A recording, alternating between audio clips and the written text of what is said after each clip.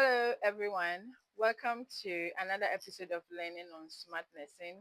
Once again, my name is Miss Evie, and this is the platform where we discuss, some nursing issues, some NCLEX issues, nursing lifestyle, and anything else that has to do with nursing. Okay, if it's your first time watching, subscribe to our channel. Okay, give us your thoughts, give us your likes, give us your shares. Let us have an idea of what this channel is doing for you and share this video as much as you can so others can also benefit as we discuss together. Now, today, I'm sure most of you have heard of goiter before. What comes into your mind when you hear the word goiter? Okay, that is what we're delving into today. Now, tell a friend to tell a friend.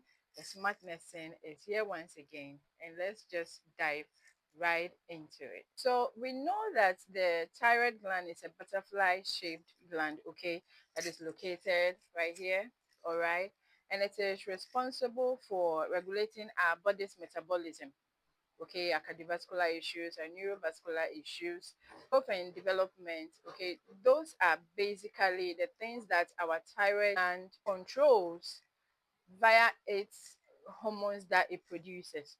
Okay, so today we want to look at how those hormones come about and then how it affects our metabolism. All right, so we know that the release of the hormone draws on what we call the negative feedback mechanism. Okay, we know that the levels of the hormones in the blood determines the response from the brain, specifically the hypothalamus. Okay, so we know that this is how it goes about. So the hypothalamus, depending on what it picks from the blood, releases the TRH, okay, or what we call the thyrotropin releasing hormone. The pituitary gland to release the TSH, which is the thyroid stimulating hormone. Then the thyroid stimulating hormone now stimulates the thyroid gland to release the hormone stored in there, be it T3, T4, calcitonin, depending on the situation. Okay, so let us briefly look at how the hormones are formed and at what time they are released. Okay, we want to build this basis so that in our subsequent videos we'll be talking about some endocrine system, conditions specifically. We will delve into hyperthyroidism, hypothyroidism. Okay, there are signs and symptoms, how we can manage them, and what we should look out for, and obviously areas that are usually tested in the NCLEX. Okay, we will be delving much into them in our subsequent videos. Okay, so I want you to get this basis as we move on. All right, so far we know that the hypothalamus releases the TRH depending on the levels, okay, on what it picks from the blood. It releases the TRH, which stimulates the pituitary to release them, specifically the anterior pituitary, to relieve the thyroid stimulating hormone. And the thyroid stimulating hormone stimulates the thyroid gland to release our T3, T4, or calcitonin. Okay, so let's look at how these hormones are formed. So iodine that we take in is absorbed from the GI tract into the form called the iodide.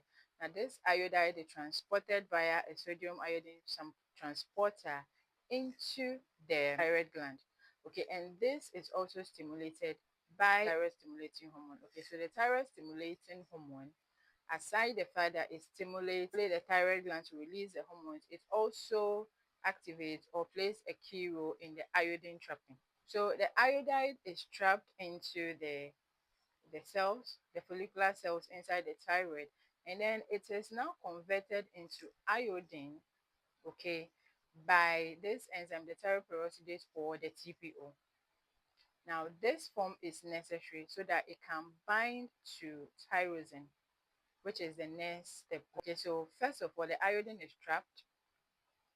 When you eat, it absorbs the GI tract into iodide, all right, and it is trapped into the thyroid gland. Now, when it gets there, an enzyme works on it, converts it back into iodine. The form down now needs to what bind to what we call tyrosine. So another thing that we need to pay attention to is that we have this thyroglobulin that is already inbuilt in the thyroid gland. The thyroglobulin is there waiting for iodine, to work on. Now, on the thyroglobulin, we have small spots, okay, just for clearer understanding so you can understand. We have small parts on this one called the tyrosine. These are like the trapping agent. They are like the receptors. They are waiting for this iodine to work on. It's just like how an egg is released in the fallopian tube, it is waiting for a sperm to get fertilized. Sort of similar, mechanism. The tyrosine on the thyroglobulin inside the follicles will be waiting for the iodine. So when the iodine gets binded to the tyrosine, now have the monoiodotyrosine and the diiodotyrosine. Okay, tyrosine plus iodine will give you monoiodotyrosine and diiodotyrosine. Now, when these two forms of the tyrosine are formed, then the coupling effect happens. Okay, so you see that mono will couple with di and give you tri.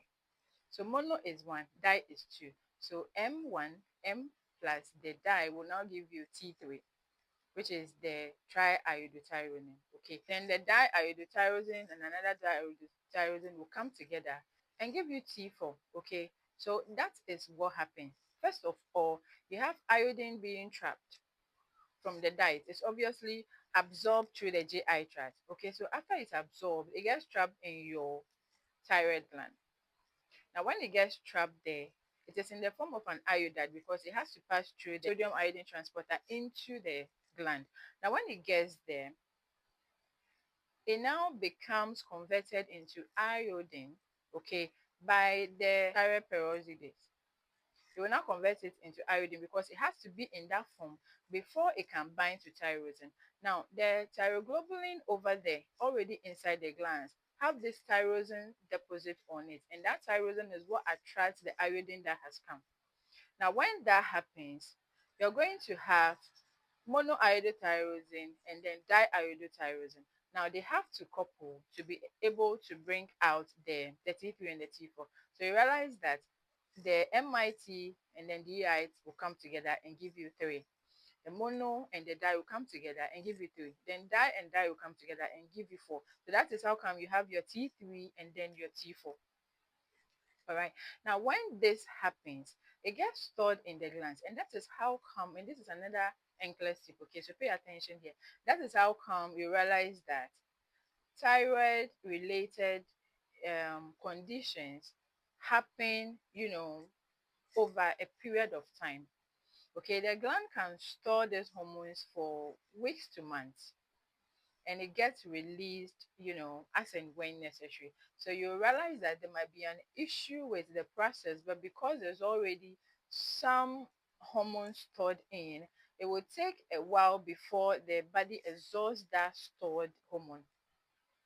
I hope you get my point. And that is how come thyroid related issues take years for it to manifest.